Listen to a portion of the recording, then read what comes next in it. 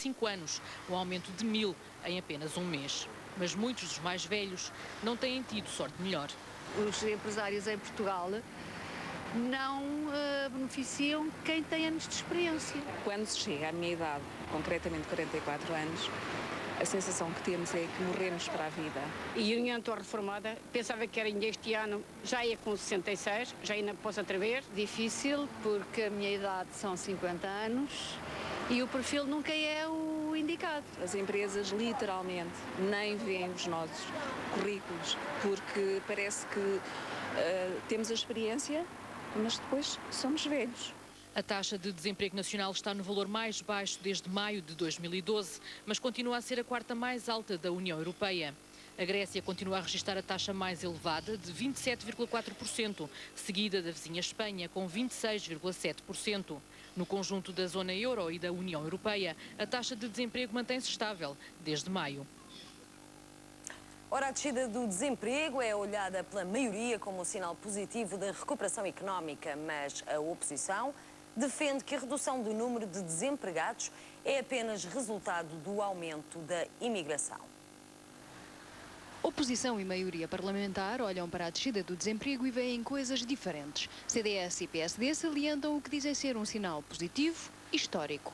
Desde agosto de 1988, portanto há mais de 25 anos, que não havia uma diminuição em termos homólogos tão significativa, deve constituir um apelo de motivação nacional para que todos os agentes políticos, todas as instituições, todas as forças da sociedade, as famílias, as empresas, possam de facto acreditar na recuperação. Nós temos que, obviamente, concentrar-nos nas soluções para aqueles 15,2%, que é um número, repito, ainda alto, mas não deixa de esta consistência, esta reiteração, o facto de haver meses consecutivos em que acontece esta descida, não deixa de ser mais um sinal claro de que este ano, 2014, será um ano de viragem. Na oposição, só o PS vê algo de bom. Tudo que seja a diminuição de desemprego é positivo. Vamos aferir o que eles significam, se há uma diminuição sazonal, se há uma diminuição que conta já com o desemprego que migrou deste país, o que é que isso significa? Eu julgo que a demagogia do governo, dos partidos da maioria, se desmonta com esta simples ideia. Se todos os desempregados emigrassem ou deixassem de se inscrever nos centros de desemprego, o problema para o governo estava resolvido. Deixava de haver estatística de desemprego. Nunca Portugal teve uma população ativa com um número tão reduzido como tem hoje em dia, e esse é o resultado da política de austeridade. Ora, com menos pessoas, com menos população ativa, é natural que haja consequências na taxa de desemprego. Já ao fim da tarde desta quarta-feira, o PS enviou uma pergunta ao Ministro da Solidariedade e Emprego. 3 deputados socialistas suspeitam de manipulação pelo governo dos dados do desemprego. Dizem ter recebido denúncias que o Executivo estará a usar as ações de formação de muito curta duração para baixar os números e também que os beneficiários do rendimento social de inserção estarão a ser registados manualmente para não entrar nas estatísticas. O Governo vai aprovar amanhã em Conselho de Ministros o Orçamento Retificativo para 2014. É este documento que concretiza o Plano B para responder ao chumbo do Tribunal Constitucional à convergência das pensões. O diploma será depois discutido no Parlamento, no mesmo dia em que o Executivo avança com o corte para os futuros pensionistas da Caixa Geral de Aposentações. O tal Plano B para responder ao chumbo do Tribunal Constitucional à convergência das pensões é aprovado esta quinta-feira em Conselho de Ministros. Vem inscrito no Orçamento Retificativo para 2014 e agrava a contribuição extraordinária de solidariedade, baixando para 1.000 euros o patamar mínimo a partir do qual incidirá o corte e o intervalo das taxas, que passa a variar entre 2,5% e 12%. A discussão parlamentar do retificativo está já agendada para 22 de janeiro, a mesma data em que o diploma de convergência das pensões será reapreciado, agora limpo, das inconstitucionalidades, com os futuros reformados da Caixa Geral de Aposentações a serem alvo de um corte de 10% nas pensões. Até março deverá entrar em vigor a nova fórmula de cálculo para os futuros pensionistas, que reduz de 89% para 80% o valor do salário a ter em conta. Resta saber o que poderá acontecer aos pedidos pendentes na Caixa Geral de Aposentações, que ainda não foram processados. É que, segundo o Diário Económico, a lei passou a determinar que os requerimentos que deem entrada a partir de janeiro de 2013 estão sujeitos às regras em vigor no momento da atribuição da pensão. Paulo Portas promete esclarecimentos sobre a crise política do verão passado no Congresso do CDS, marcado para este fim de semana. Entretanto, o partido teve hoje que acertar o relógio de grandes dimensões que o CDS instalou na sede para assinalar a contagem decrescente para a saída da Troika, já que as contas estavam mal feitas. A 15 de dezembro, Paulo Portas inaugurou um relógio digital que contava o tempo que falta para o fim do programa de ajuda externa. A Troika vai deixar o país a 17 de maio, mas no relógio do CDS, os credores internacionais só deixariam Portugal no dia 18 de junho. Ora, um atraso de um mês que, entretanto, já foi corrigido. A Troika sai do país daqui a 4 meses e Paulo Portas, responsável pelo guião da reforma do Estado, remete as reformas para essa altura.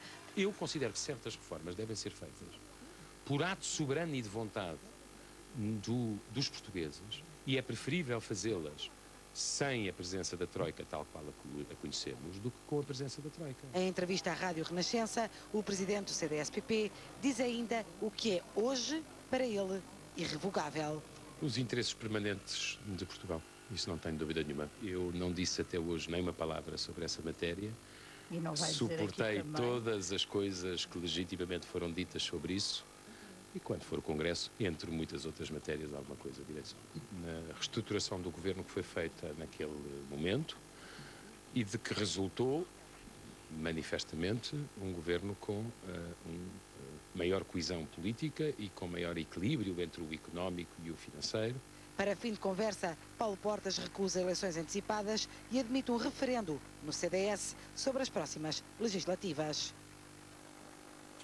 Houve uma notícia de uma grande operação da Polícia Judiciária contra fraudes no Serviço Nacional de Saúde. Nas últimas horas foram detidas 10 pessoas, entre elas 6 médicos. As buscas da Polícia Judiciária decorreram em Lisboa, no Algarve, no Porto e em Coimbra, tendo incidido em farmácias e também em unidades do Serviço Nacional de Saúde. 10 detidos no total, entre eles 6 médicos. Os restantes são farmacêuticos ou profissionais ligados ao ramo do medicamento. Em causa um inquérito a alegadas burlas e falsificação de receitas no Serviço Nacional de Saúde. A operação, que a PJ batizou como Consulta Vicentina, iniciou-se às primeiras horas da manhã, em Lisboa, Porto, na zona de Coimbra e Algarve. Esta farmácia em Algesur e esta outra em Benzafrim, Lagos, receberam a visita dos inspectores, que ao início da noite ainda ali continuavam. Ao todo foram realizadas 33 buscas entre domicílios, unidades de saúde pública e consultórios médicos. 4 mulheres e 6 homens acabaram detidos. A Judiciária ainda apreendeu material relacionado com a prática criminosa. A investigação da Unidade Nacional contra a Corrupção da Polícia Judiciária tem contado com a colaboração do Ministério da Saúde. Em comunicado, a PJ diz que estão em causa suspeitas de burla qualificada, falsificação de documentos, corrupção e associação criminosa. Os detidos serão presentes a primeiro interrogatório judicial. O inquérito está pendente no TCIAP, o Departamento do Ministério Público, que investiga a criminalidade mais complexa e organizada. Já em 2012, o Ministro da Saúde, Paulo Macedo, admitia que as comparticipações fraudulentas poderão ter lesado o Estado em 100 milhões de euros. TVI 24, onde as notícias e a opinião não perdem tempo. E a opinião, vamos já ouvir de Constança Conhissar. Constança, boa noite. Boa noite, Paulo. Vamos nos debruçar sobre os últimos números do Eurostat do desemprego em Portugal. Desceu uma décima, está em 15,5 relativamente em outubro, portanto em novembro houve uma descida. De qualquer forma, nos jovens o desemprego continua a subir. De qualquer forma, também são bons números para o Governo e para o país. São bons números por uma razão, quer dizer, há 9 meses consecutivos que o desemprego está a descer, portanto isso é bom, é positivo, é um sinal positivo. Agora, em relação e a variação, é difícil falar-se de sazonalidade quando, em termos homólogos, há de facto uma diminuição até mais significativa do que em termos mensais. Portanto, não é já uma questão de sazonalidade. Eu penso que estes números também escondem algumas realidades, nomeadamente a imigração. Nós temos neste momento um furto de imigração elevadíssimo, comparável aos anos 60. Temos mais, nestes 2 últimos anos, que terão imigrado mais de 200 e tal mil pessoas. Portanto, é muita gente que, de facto, foge ao desemprego, foge às estatísticas e ao desemprego, portanto, fugindo lá para fora. Aliás, não deixa de ser curioso nesse aspecto que o desemprego jovem, mesmo assim, continua a subir. Quer dizer, porque no fundo, em termos homólogos desce também, mas em termos mensais sobe 2 ou 3 décimas. 3 décimas. Neste momento foi mais de 1000. São 150 mil desempregados com menos de 25 anos. Portanto, ou seja, apesar da imigração, e a imigração neste momento é altamente qualificada e de jovens qualificados, é um dos grandes problemas que nós temos, é um dos enormes problemas que nós temos, associado à baixa natalidade, é esta imigração de jovens qualificados para outras zonas da Europa ou do mundo. E, portanto, nós aí, de facto, este é um facto extraordinário que, apesar disso, o desemprego jovem continua a subir. Ao mesmo tempo, continua a subir a imigração. E, a propósito desta história da imigração, há um ponto que eu tenho esquecido de falar, mas é um ponto que foi referido e anunciado por Pedro Lomba, um secretário de Estado que tinha caído na penumbra depois dos briefings mal-sucedidos e que apareceu agora, radiosamente, com um plano fantástico para o Comissariado da Imigração. Imigração com o I, portanto, a imigração que entra. Perante a diminuição da imigração, porque foram muitos dos imigrantes que cá estiveram e que já se foram embora, portanto, e são poucos dos que agora entram, o que é que o senhor se lembrou de ir buscar? Quer que o Alto Comissariado para a Imigração aposte essencialmente na chamada imigrantes de alto potencial ou de mais-valias, como ele diz.